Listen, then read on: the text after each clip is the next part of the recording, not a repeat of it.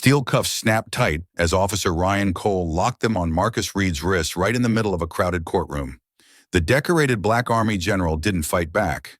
He just lifted his eyes, calm and unshaken, while the room held its breath. How could a man of such rank be treated like a criminal? And what force would soon turn that entire courtroom on its head? Hit like and share this with friends. Let's follow the shocking chain of events that no one in that room saw coming. I remember the air biting a little that morning, the kind of soft, honest cold you only get in early fall outside Richmond. The light came low through the trees, thin as a ribbon, and the street held its breath.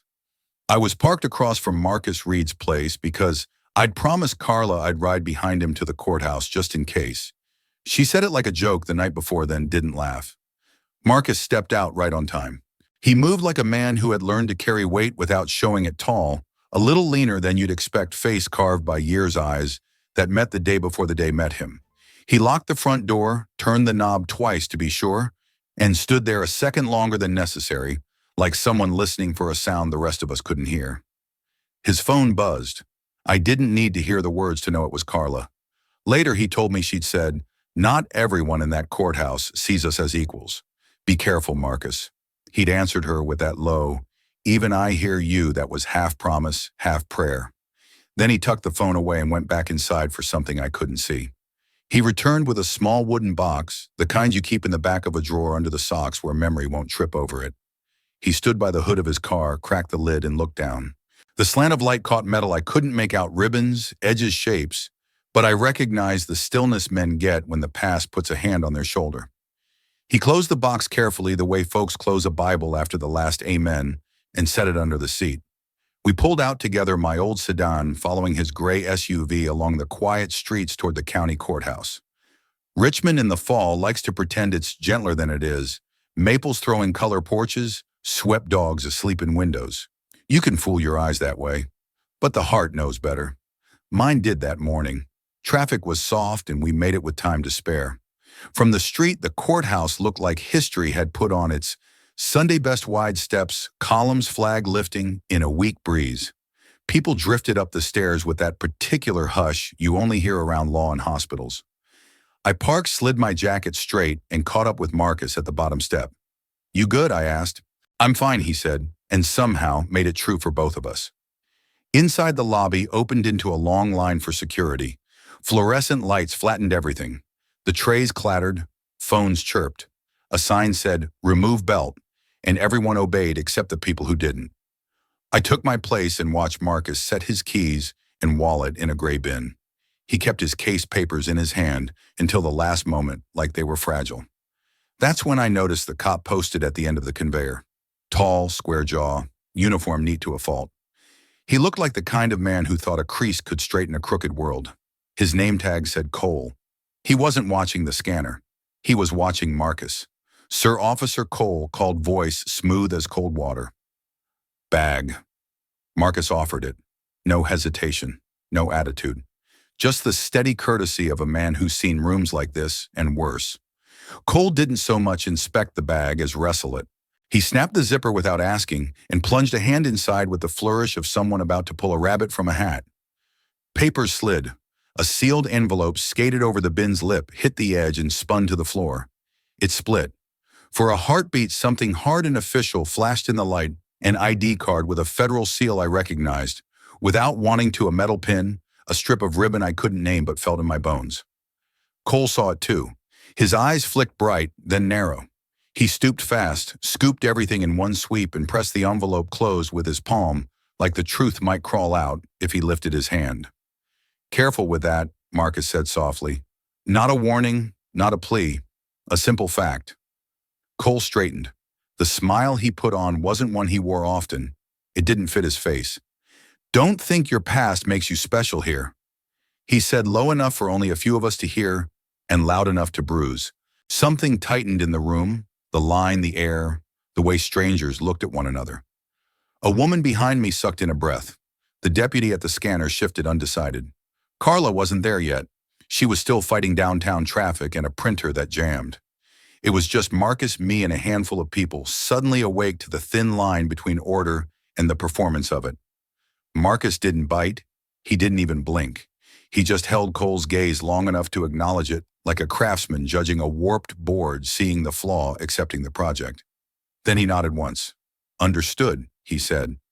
Cole returned the bag with the tidy efficiency of someone who'd never misplaced a thing and couldn't imagine being one. He waved Marcus through the metal detector, then let his hand hover halfway to a shoulder tap he decided against.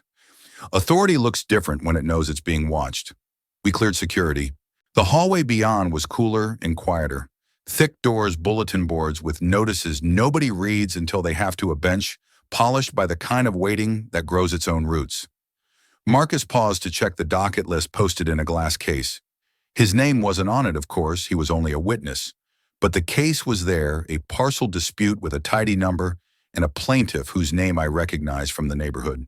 The kind of case that doesn't make the news until something disgraceful happens. His phone buzzed again. Carla, this time almost there. He typed back a single word here. Coffee, I offered, tilting my head toward the vending nook. He smiled, one of those brief kindnesses he uses to keep other people steady. Maybe after, he said. We started down the corridor toward Courtroom 2B. The carpet swallowed our footsteps. Portraits of retired judges watched from their frames, all oil and certainty. I thought about what Cole had said about the past, about special, and how some men use rules like mirrors, and others use them like shields. At the door, a bailiff nodded us in. The space felt bigger than it was, high ceiling, dark wood, the flag patient in its corner, the seal above the bench declaring words that ought to mean more than they sometimes do.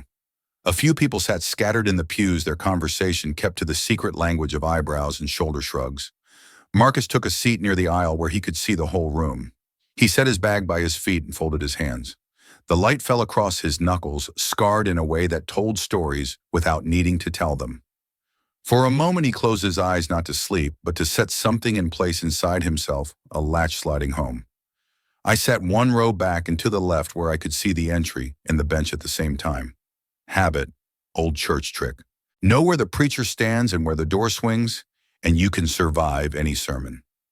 The clock over the door ticked toward the hour. A thin murmur rose as more people filed in. Neighbors, city staffers, two men in suits arguing softly about parking of all things. The judge wasn't on the bench yet. Neither was Carla. But the weight of what had happened at security didn't lift. It followed us into that room and found its seat. I didn't know then how quickly things would turn or how hard. I only knew what I felt, a beat of anger cooling into resolve. A man I trusted choosing silence like a tool. A cop measuring boundaries he thought were his to move. And somewhere just beyond the far door, the first tremor of a day that would test whether justice is a word we say or a thing we do. The courtroom in Westmoreland County always looks taller than it is. High ceiling, dark wood that drinks the light. The flag stands off to the right of the bench, not waving, just witnessing. You feel the history before you feel the heat from the vents, and you understand why folks lower their voices even when no one has called the room to order. We'd taken seats near the aisle. The pews were half filled with neighbors and clerks, the kind of people who know where the good coffee is in a building like this. The hum was low, polite, but it wasn't friendly. It was the sound a room makes when it's already chosen sides and is waiting to be told it chose right. The doors opened behind us and Carla slipped in breath, a little high from the stairs file folder, tucked against her ribs like a shield. She gave me a quick nod, then bent to Marcus. You okay? She asked under the buzz. I'm fine, he said, and that even tone smoothed a wrinkle in her forehead. She slid into the seat beside him, set her folder flat, and started scanning the docket like she could will fairness into existence, line by line. That's when Cole came in, same neat uniform, same squared shoulders, same jaw, set to perfect angles. He didn't sit. He didn't need to. He moved the way authority moves when it believes the room belongs to it.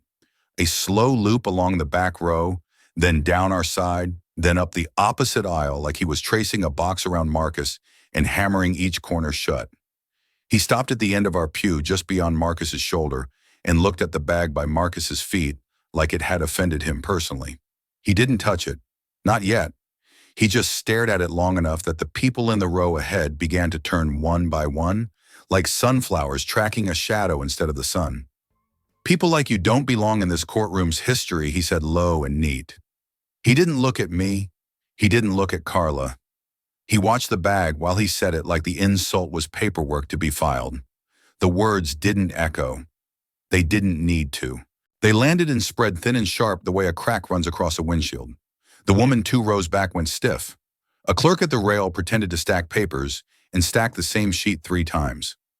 I felt the air change the way a road changes when black ice finds it. Carla didn't rise to it.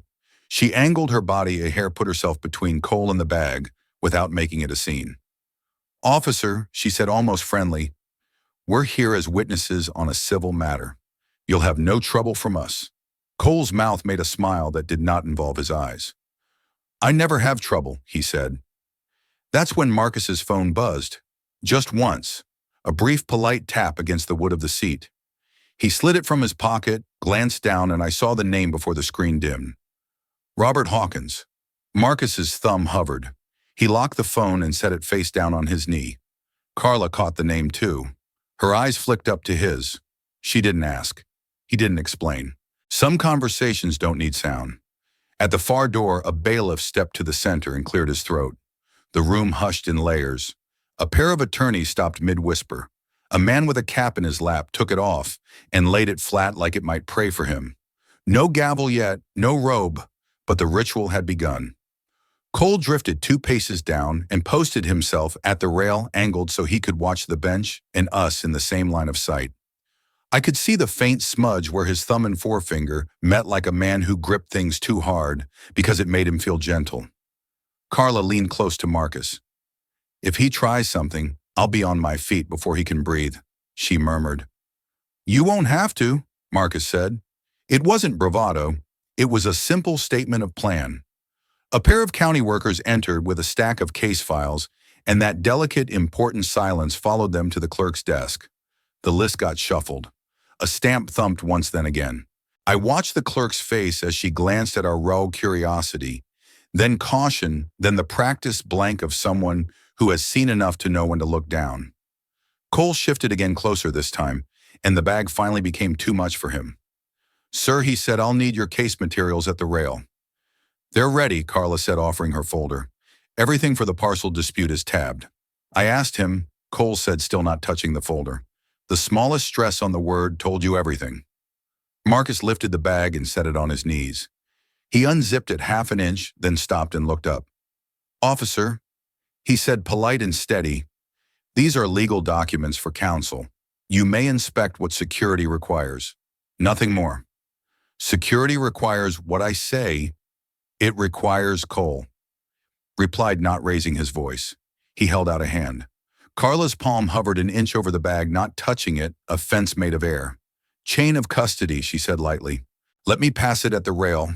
We'll keep everyone honest." Cole considered her, then considered the room. He must have seen the faces, 30 strangers pretending not to listen, while listening so hard it made the air buzz. He let his hand fall and gave the smallest nod toward the rail. "Fine," he said, like the word cost him. Carla rose and carried the folder and a slim stack from the bag to the clerk. She moved without hurry, the way you walk with coffee you don't intend to spill. When she returned, she slid the bag back beneath Marcus's feet, towing the strap so it rested against the leg of the pew. The door behind the bench opened at last. The bailiff's voice rang clean, "All rise." We stood. Judge Eleanor Whitmore stepped up and took her seat, robes settling like a curtain that means the play isn't pretend anymore. Her face was composed in that practiced way judges have authority, without heat, distance, without cruelty. She welcomed the room, called the first matter, and the gears of the day began to turn. But the tension didn't leave. It tucked itself into corners under Cole's watchful posture, in the clerk's careful hands, in the way Carla's fingers rested near her pen, like she might need it for more than notes. Marcus sat straight, eyes calm, phone dark on his knee, the name Hawkins still glowing in my mind, even after the screen had gone black. You could feel the shape of the conflict now, not just the outline. Old wood, older rules. A cop who believed the room was his. A man who wouldn't let injustice borrow his voice. And somewhere, one call away, the kind of authority that can change the temperature of a place without raising its volume. The gavel hadn't struck yet, but the day had already chosen its fault line. We were standing on it. Judge Eleanor Whitmore entered with a calm that carried weight. The bailiff's call. All rise still hung in the air when she took the bench. She adjusted her glasses, once scanned the room like she was measuring its pulse, then spoke. Her voice was firm, clipped at the edges, the kind of voice that expects order and rarely has to ask for it. Good morning. We are here on the matter of Westmoreland County versus the name of the land dispute case, followed sharp and businesslike. Papers shuffled. A gavel tapped once. The day was officially underway. Marcus sat in the second row, a quiet figure in a dark suit, hands folded, eyes fixed on the bench. If you didn't know better, you'd think he was simply another neighbor supporting a friend. But there was something in the way he carried stillness that drew attention. He didn't fidget, didn't shift. He seemed to occupy a different kind of time, slower, steadier, like a man who has waited out storms far worse than this. Carla leaned slightly toward him, whispering updates as the clerk read through procedural items. Marcus nodded once or twice, but never took his gaze off the front. From where I sat, it felt less like he was waiting for his turn, and more like he was watching the room breathe, every inhale and exhale accounted for. Across the aisle, Officer Ryan Cole never stayed in one place long. He started at the back wall, then drifted to the side rail, then closer to our row, each move casual enough to pass as routine, but deliberate enough to keep Marcus inside an invisible square. When the judge addressed counsel, Cole used the noise to edge closer until he stood just behind Marcus's shoulder. Everything okay here, he murmured, the question loaded like a round in a chamber. Marcus didn't turn. Everything's fine. He answered, his voice low and even the kind of tone that ends a conversation for anyone except someone looking for a fight. Cole leaned an inch nearer, enough that I could see the tightness in his jaw. Stay that way, he said barely above a breath, and eased back before Carla or the bailiff could catch more than a flicker of movement. The proceedings droned on, motions entered, witnesses sworn, but the ordinary rhythm never settled. Each time Cole circled, the air thinned. Even small sounds sharpened, the squeak of a chair, the soft thud of a legal pad set down too quickly. Every noise felt amplified, as if the room itself was holding its breath. Then a small, almost accidental moment caught the judge's eye. On the evidence table, near the clerk's desk, lay a cream envelope that hadn't been there before. Cole must have set it down without noticing when he'd brushed past earlier. A corner of it gaped open, and for a heartbeat, a blue seal flashed, a pentagon within a pentagon, unmistakable to anyone who'd ever worked near federal circles. Judge Whitmore paused mid-sentence. Her gaze lingered on that envelope long enough for the clerk to glance up in confusion. She didn't speak, just drew her brows together in a faint, thoughtful frown before continuing with the docket. But I saw the question settle behind her eyes like a stone dropped in still water. Marcus remained motionless, but a faint current passed through him, the way a tree might stiffen when wind changes direction. Carla noticed too. She straightened her pen, hovering above her notes as if poised for something more than writing. Cole finally chose a spot near the front rail, arms folded, eyes locked on Marcus with a stare too steady to be casual. He said nothing now, but the threat lived in his posture, in the way his boots planted, as if bracing for an order only he could hear. Minutes stretched. The gavel's next strike sounded louder than it should have. Even the fluorescent lights seemed to buzz harder. Every small movement, a cough, a shuffled paper, landed like a drumbeat. It was as if the whole courtroom had contracted around one tight, invisible knot. Watching from a few feet away, I felt it as plainly as a change in weather. Something was about to give. You didn't need to know military strategy to sense it.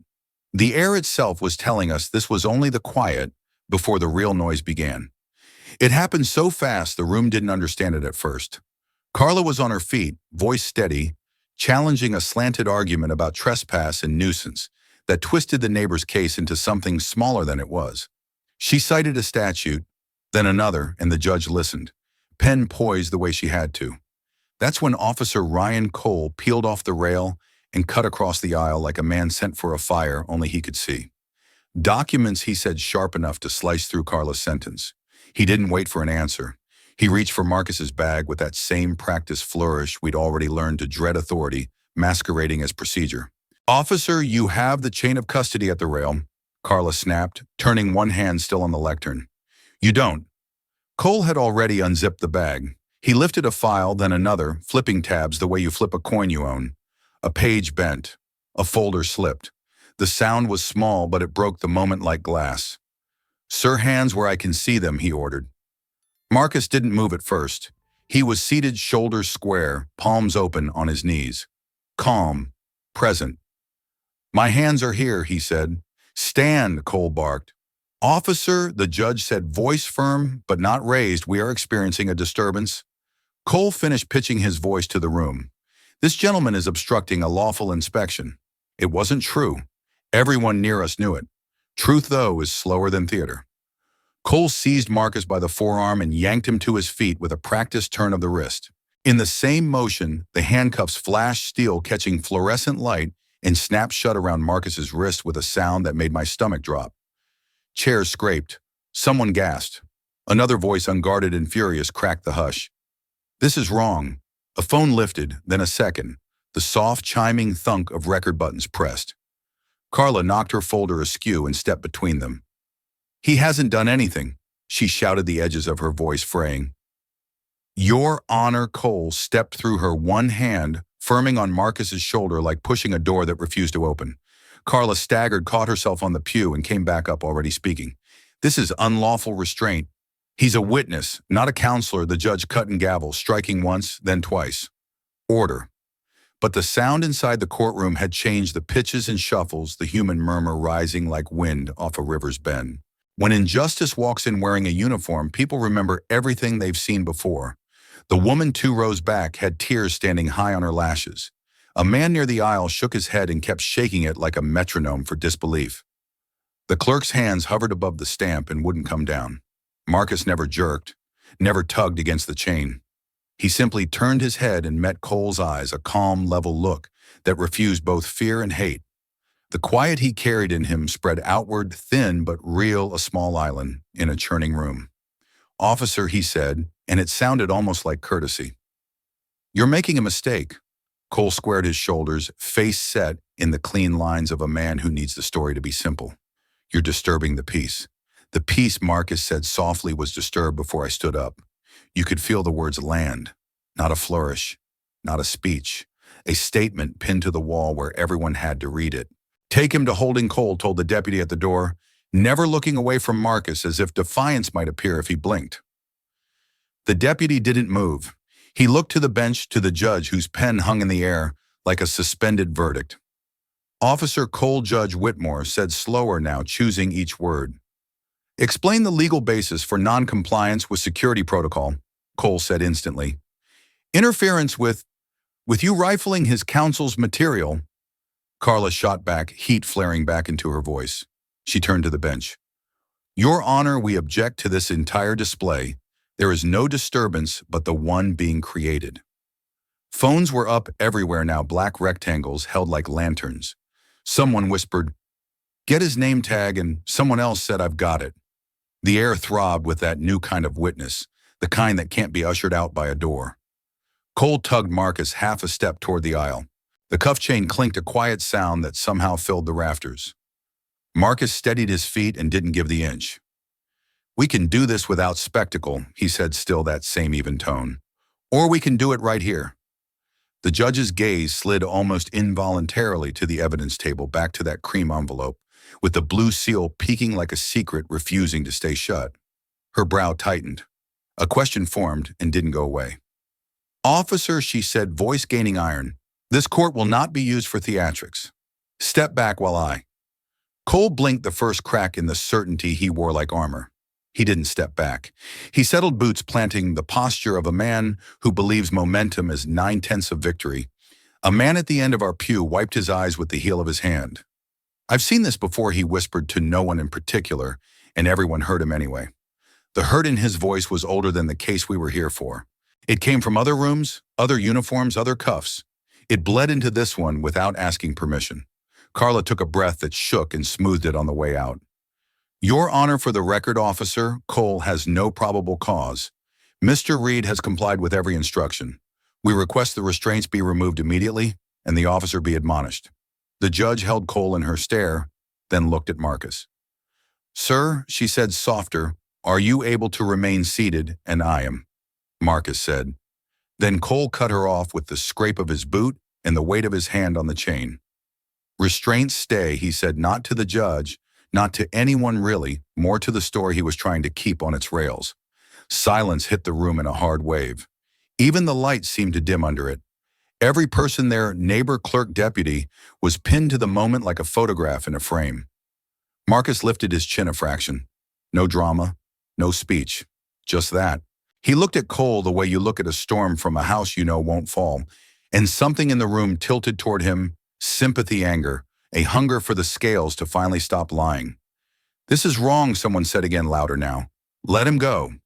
The judge's gavel didn't come down. Not yet. She was watching all of it.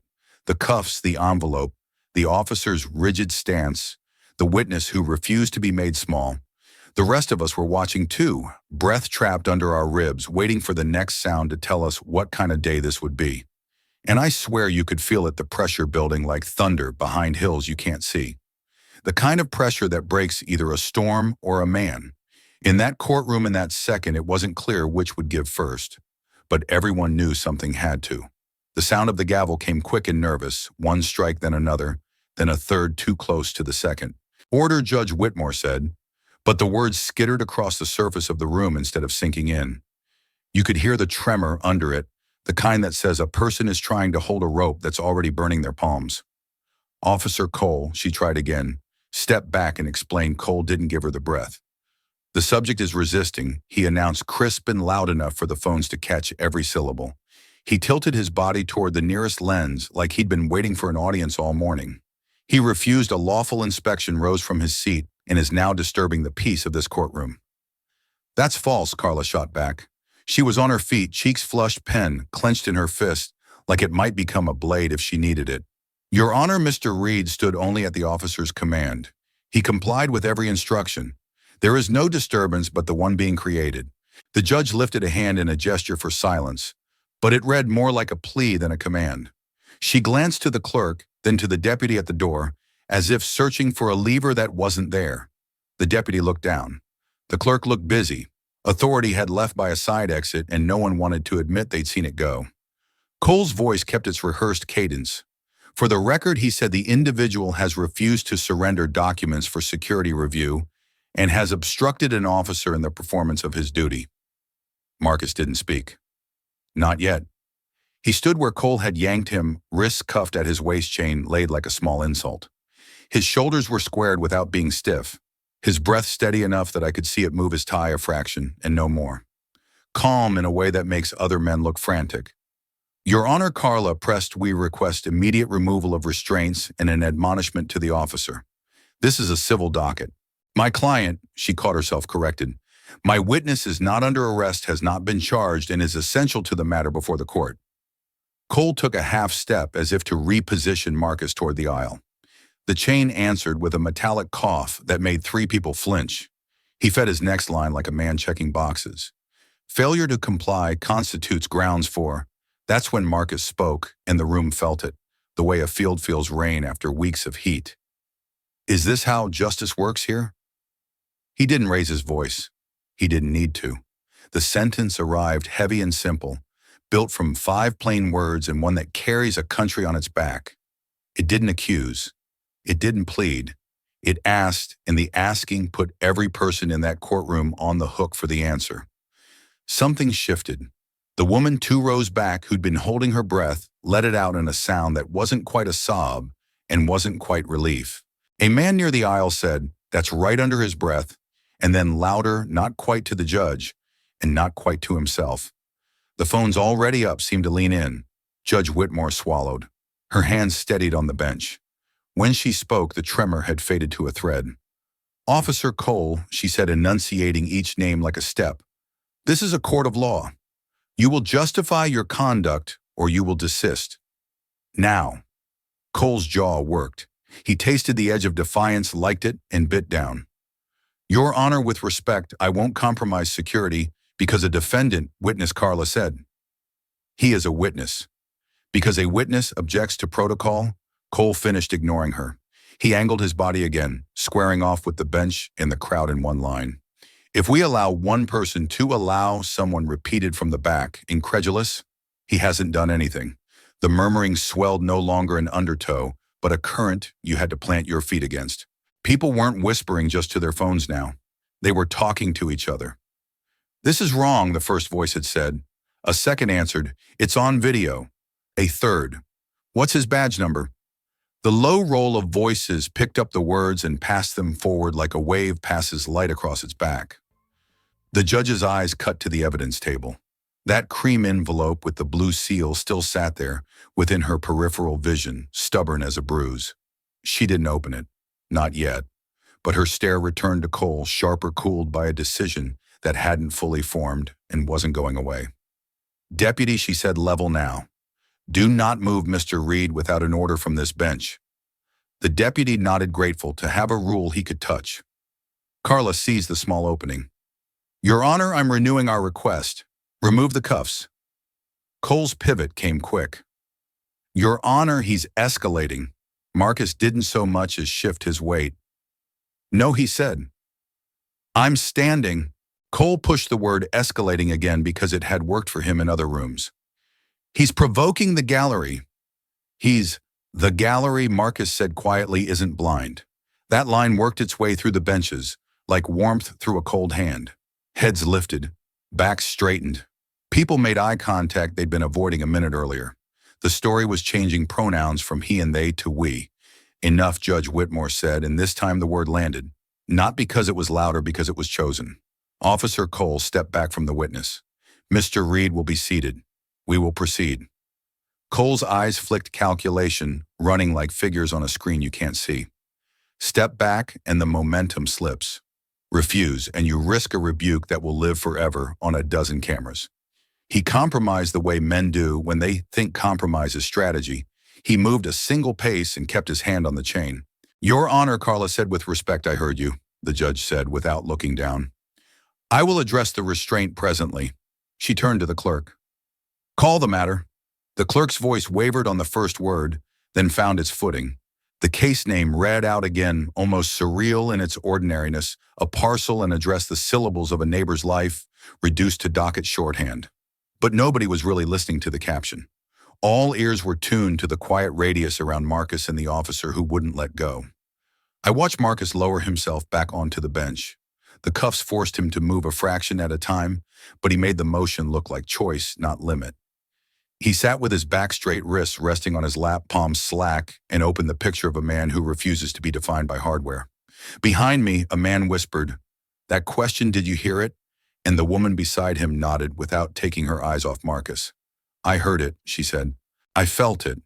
The air didn't relax. It reformed. The fear that had surged right after the cuffs now braided with anger, with something hopeful trying to stand. You could sense people deciding quietly inside themselves what side of the question they were on. On the bench, the judge's pen finally touched paper. Whether she wrote a note to herself or a line to history, I couldn't tell. But her posture had changed. She had seen enough to know that whatever came next would be measured against this minute. Cole's hand tightened on the chain like a reflex. He glanced at the phones at the envelope at Marcus. For the first time, he looked less certain of which way the floor slanted. And there we were on the knife edge between order and spectacle law, and performance held there by one plain question that kept ringing quiet as a bell you only hear when you stop talking. Is this how justice works here? The judge's pen stopped mid-stroke when Carla rose again. "Your Honor," she said, voice steadier than the last time. "For the record, Mr. Reed is a sworn witness in a civil land dispute.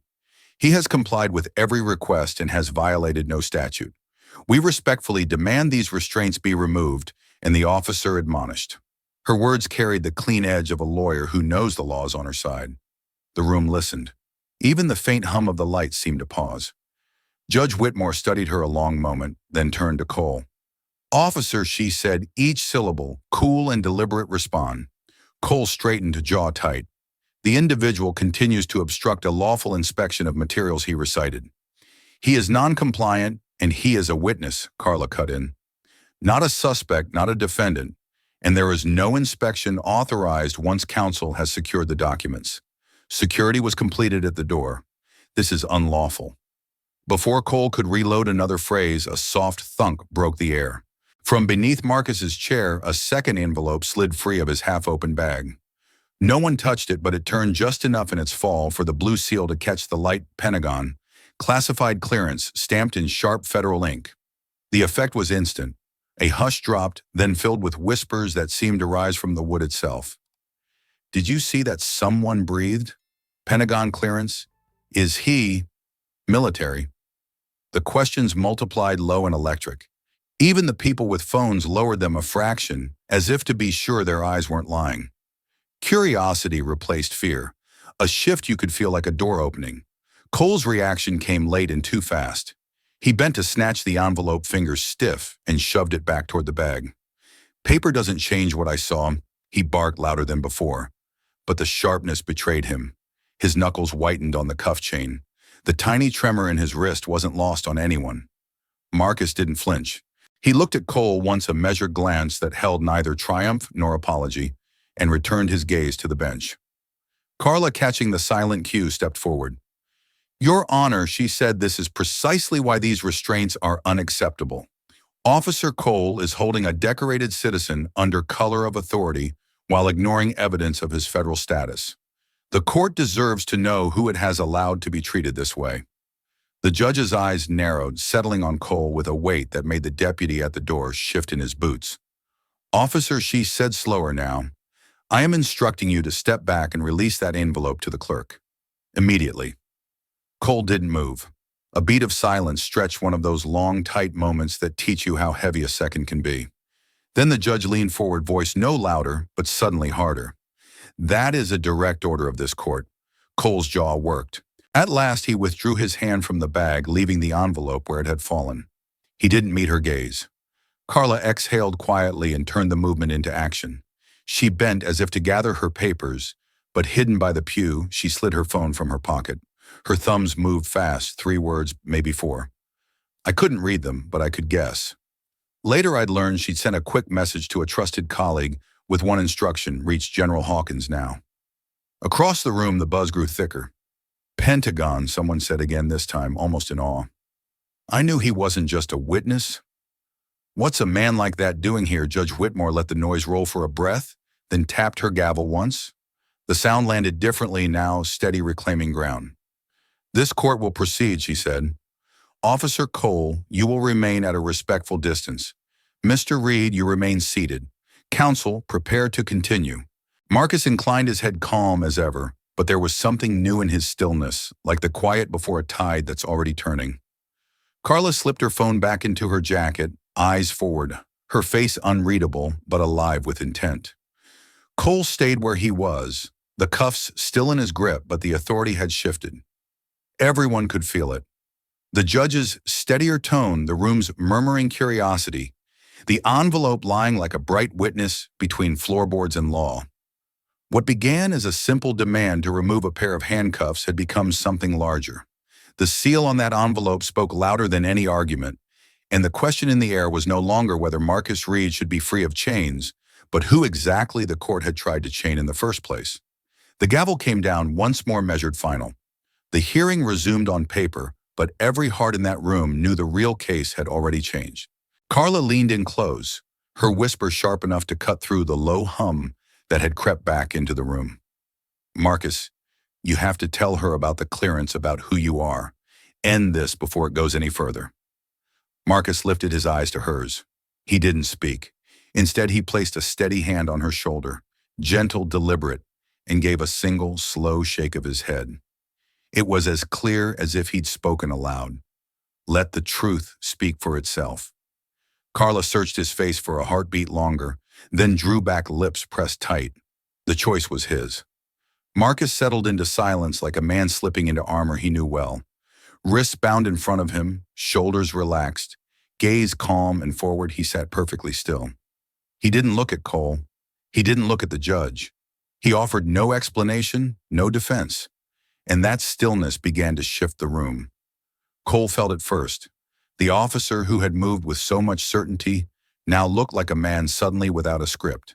His jaw tightened and released as if he were chewing on words that no longer fit.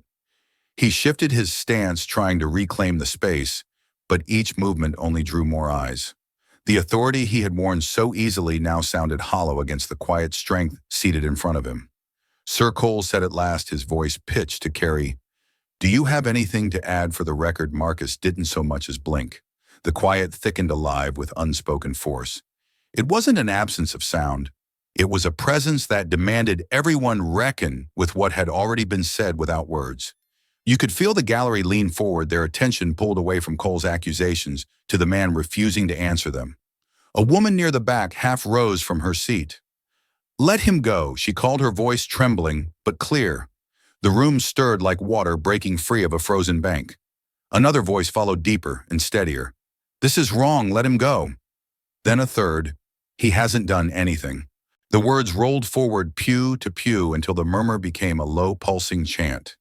Even those who stayed silent sat straighter, their quiet no longer neutral but heavy with agreement. Phones lifted higher, capturing every breath. Cole's eyes darted from the judge to the crowd and back again. The hand gripping the chain twitched. "Order," he barked, "sit down or be removed." But the words fell flat. They no longer sounded like commands. They sounded like echoes in a room that had already shifted its allegiance. Through it all, Marcus remained motionless. His calm wasn't defiance for show. It was a deeper certainty that made others measure themselves against it. Judge Whitmore leaned back, watching him. The guarded suspicion that had shadowed her earlier was gone. What replaced it wasn't mere sympathy. It was respect sharpened by the recognition that this man's silence carried more truth than all the shouting around him. She tapped her pen once, then let it rest and simply looked. "This court will have order," she said finally. Her voice no longer trembled. It had weight again, not to silence the room, but to reclaim her own ground. Cole opened his mouth, then thought better of it. The judge's eyes caught and held him. "You will not address the witness again without my leave," she said. "Is that understood?" "Yes, Your Honor." He managed, though the stiffness in his voice betrayed how far from control he really felt. Carla's shoulders eased. She glanced at Marcus with a trace of relief, but he gave no sign of triumph. He kept his hands resting loosely, breathing slow, gaze steady, as if listening for a signal only he could hear. The silence returned, but it no longer felt empty. It carried resolve. It wrapped the room, drawing everyone into the same quiet recognition. The power had shifted, and not by force or shouting, but because one man chose not to speak.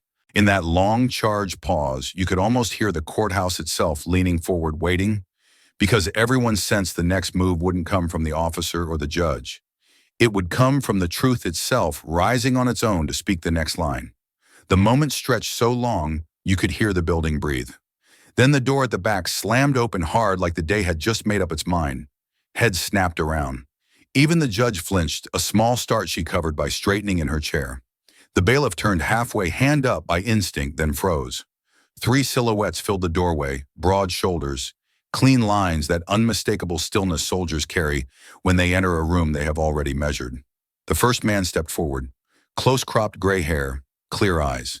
Uniform not for show, but for service. On his chest, the quiet constellation of a life spent under orders and above excuses. 2 officers in dress uniforms matched his stride by a half-beat. No hurry, no drag, just the exact rhythm of people who never need to announce themselves. We rose without being told to. It wasn't protocol, it was reflex. The footsteps carried down the center aisle, solid and unhurried, clicking once, on a loose board, and then steady again. Something about their pace reset the room's clock. The whispers died. The phones lowered an inch. Even the flag seemed to find a fuller shape in its corner. Officer Cole didn't move at first. He'd planted himself at the rail, hand still looped through the chain of the cuffs like proof he owned the moment. But as the 3 men drew level with our row, his posture changed by degrees. The jaw that had cut every sentence of the morning now held tight without words. They stopped at the rail. The lead man, older than Marcus by a few years, weathered without being worn, looked straight to the bench. He didn't rush, didn't clear his throat. He let the silence place him, and then he spoke. "Your Honor," he said, voice low and certain. "General Robert Hawkins, United States Army, retired, senior advisor to the Department of Defense." The name traveled through the courtroom the way a gust travels through wheat, one hush bending into the next. You could feel people trying to decide if they had heard of him. You could feel Cole trying not to swallow. Hawkins's gaze shifted from the bench to the man in cuffs. It softened by a margin only a few of us would notice, like a hand you don't lift but you loosen. He took in the detail, the chain, the angle of Marcus's shoulders, the open calm in his eyes, then returned to the judge. "You're detaining General Marcus Reed?" He said not loud, not dramatic, just precise enough that there could be no mistake, a decorated hero with the nation's highest honors. The words didn't echo. They landed. The gallery inhaled and forgot to exhale. Carla's hand found the top of the pew and held it. The deputy by the door went very still. Cole's face lost its color so quickly it looked like a trick of the light. His fingers slackened before his mind caught up, and the cuff chain eased just a whisper of metal, but it sounded like something ending. He glanced at the judge, then at Hawkins, then at the envelope still visible near the evidence table, as if reality had reassembled in a pattern he didn't recognize. "Your Honor," Carla said, voice low but clear for the record. Counsel Judge Whitmore said not unkindly, "The record is seeing it." She turned to Hawkins. "General, this court was not made aware." "That's clear," Hawkins said, not with reproach, with fact. He inclined his head a fraction. "I apologize for the disruption. I was made aware only minutes ago that General Reed had been restrained in open court." His eyes flicked once to Carla, gratitude quick and private, and then back to the bench. "I came to correct a mistake." Cole tried for sound and found it on the second attempt. "Your Honor, with respect, titles don't." Hawkins didn't look at him. He didn't need to. "Officer," he said evenly, "decorations don't excuse behavior. They describe service." He let that settle, then added, "And while we're on the subject, handcuffs don't create order. They often announce the lack of it." Something in the room released, not a cheer, not yet, just the slackening of a collective muscle that had been clenched too long. Judge Whitmore leaned forward, hands flat on the bench. The confusion that had haunted the edges of her expression all morning vanished. In its place, a steadiness. "Bailiff," she said, "this proceeding is paused." Officer Cole removed those restraints. "Now." Cole didn't move. The bailiff did, stepping in with a look that said he was grateful to finally have a clear instruction. He reached for the cuffs gently, like removing a bandage, and the chain slipped free of Marcus's wrists with a quiet click that sounded very much like a verdict. Marcus rolled his shoulders once, not to show relief, but to reoccupy the space he'd let get smaller. "Thank you," he said to the bailiff. Then, because he's the kind of man who remembers, he nodded to the judge, and to Hawkins last of all. The judge's tone sharpened into formal clarity. "Let the record reflect that restraints were removed at the court's direction. This court will also inquire into the basis for their use." Her eyes pinned Cole. "Officer, you will stand down. You will not approach the witness again." "Yes, Your Honor," he forced out. He took a step back, then another, like a man learning the shape of a room for the first time. Hawkins stayed at the rail, saying nothing more than needed. One of the junior officers with him, young, jaw tight with barely contained anger, shifted like he wanted to speak, but Hawkins's sleeve brushed his a signal as old as drill hold. The gallery began to breathe again. Someone whispered "General" like a prayer. Another said, "I knew he was somebody," and was shushed by a neighbor who didn't want the spell broken. Carla exhaled for what felt like the first time all morning. She wasn't smiling exactly, but the hard line in her mouth eased. She touched Marcus's forearm just once light, and he gave the smallest nod in return. "General Hawkins," the judge said, returning to formality out of respect. "This court appreciates your presence. We will resume presently." Counsel approach. "Mr. Reed," she corrected herself without being told. "General Reed, please remain seated for now." Marcus inclined his head. "Yes, Your Honor." Hawkins's gaze met his for one beat longer. Whatever passed between them didn't need words. It looked like recognition. It looked like relief made of steel. As the judge conferred softly with the attorneys, the room found a new alignment. The flag in the corner was just cloth again, but it seemed to hang truer. The clerk's hand stopped shaking. The deputy stood taller. Even the light changed, no brighter, just cleaner, as if dust had settled out of it. Cole kept his eyes on some middle distance, where pride goes when it doesn't know where else to be. Without the chain in his hand, he had nothing to fidget with. He clasped his fingers together and unclasped them, like a man learning how to stand without props.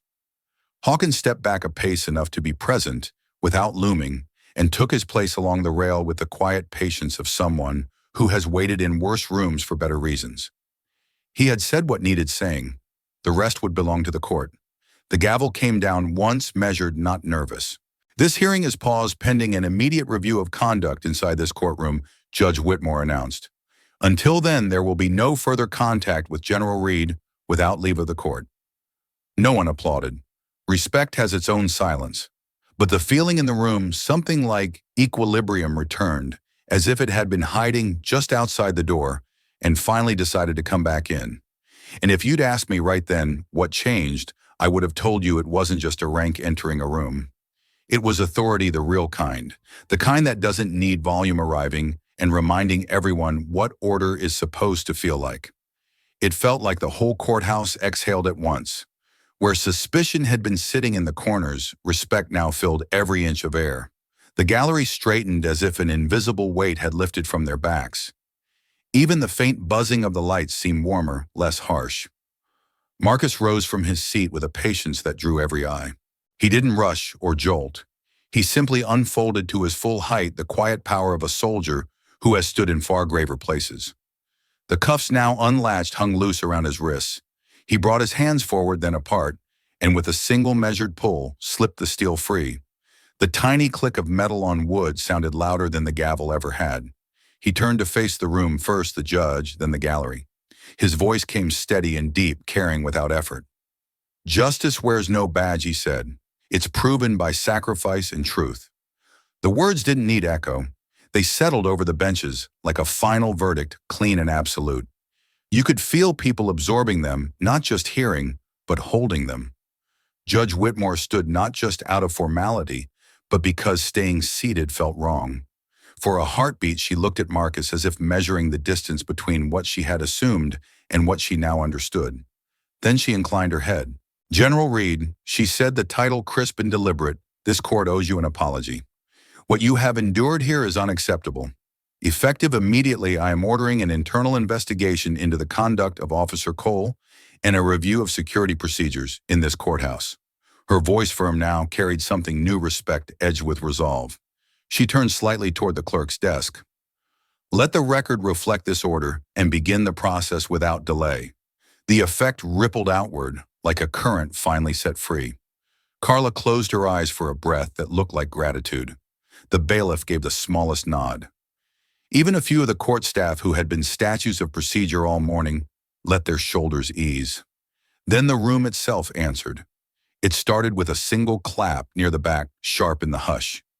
Another followed, then another. Within seconds, the sound rolled through the gallery like thunder, finding its echo. Hands came together in applause that was both relief and celebration. A few cheers broke loose, short, bright exclamations that no gavel could or should contain. Marcus didn't raise his arms or bask in the noise. He stood as he had all morning, steady, centered. The quiet at the heart of a storm finally turned outward. If anything, the applause seemed to pass through him, proof that the point of his silence had been understood. Judge Whitmore let the moment live. She didn't strike the gavel. She didn't call for order. She watched the people she served reclaim their own sense of justice and allowed it to fill the chamber. When the clapping began to ebb, Marcus offered a small nod to the judge, and to the room as a whole, a gesture of thanks that carried the weight of closure. The sound softened to a warm hum, the kind that stays in the walls long after everyone has gone. In that instant, the courthouse felt transformed. What had begun in suspicion and intimidation ended in open respect. What had threatened to be just another story of power misused had become a lesson lived in real time. And at the center of it stood Marcus Reed, silent when others shouted, unshaken when others pressed, proving with every breath that justice isn't worn on a uniform. It's carried in sacrifice and in truth. By late afternoon, the courthouse steps were a wall of cameras and microphones. News trucks idled at every curb, their satellite dishes tilted skyward. Reporters spoke into phones and cameras at once, words tumbling out. General Marcus Reed handcuffed in open court Pentagon, clearance revealed. Within hours, the footage would be on every major network, the clip of him standing calm while the cuffs were removed, looping across the country. On social media, hashtags bloomed like wildfire. Justice wears no badge. Sanatarn, silent courage. Shana Marcus Reed. What had begun as a quiet civil hearing now carried the weight of a national reckoning. The story spread faster than any press release could chase it. Commentators debated on evening shows. Veterans groups issued statements of solidarity. Even lawmakers who rarely agreed on anything found common ground in astonishment and in praise for the discipline that had turned one man's silence into a public lesson about dignity and power. By nightfall, Marcus's words, "Justice wears no badge. It's proven by sacrifice and truth," were quoted on news tickers and printed on placards outside courthouses from Boston to Seattle. For Officer Ryan Cole, the aftermath came just as quickly. Before the day ended, he was placed on administrative leave. By the next morning, the county sheriff's office announced an internal investigation, and the U.S. Department of Justice signaled a federal civil rights review. The photograph of Cole leaving the courthouse, badge pocketed, head bowed. His once crisp posture collapsed into something smaller, became the image every outlet used. To many, it looked less like a man exiting a building and more like arrogance itself leaving the room. Marcus and Carla waited inside until the first rush of cameras thinned. When they finally stepped into the cool Virginia evening, the sky was a deep copper, fading to indigo. The courthouse behind them glowed in the last light, every window catching the sunset like a silent witness. Carla exhaled hard enough that the breath almost turned into a laugh. "You could have told them who you were from the start," she said, half relief, half accusation. Marcus smiled, a small, knowing curve of the mouth. "Then they'd have missed the real lesson," he replied. "No boast, no sermon, just fact." They stood a moment longer at the bottom of the steps, letting the noise of the city settle around them, the distant whir of news vans, packing up the murmurs of neighbors telling the story to each other, the quiet applause of leaves stirred by evening wind.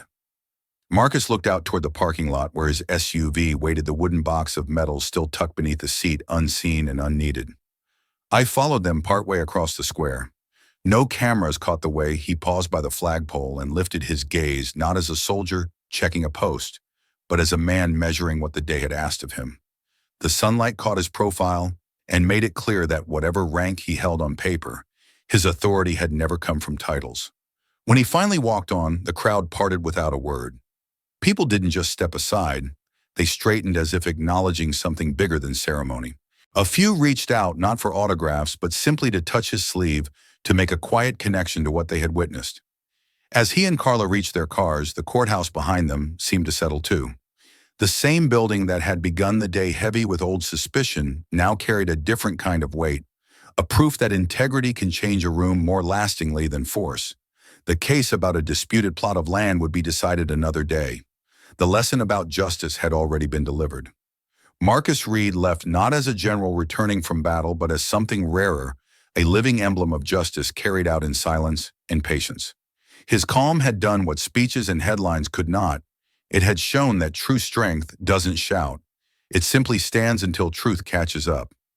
The evening light followed him across the lot, soft and coppery, painting the quiet shape of a man who had turned a courthouse into a classroom and left behind a story people would tell for years. Long after the applause faded and the cameras packed away, that picture remained, Marcus walking into the fading sun, proof that sacrifice and truth still have the last word.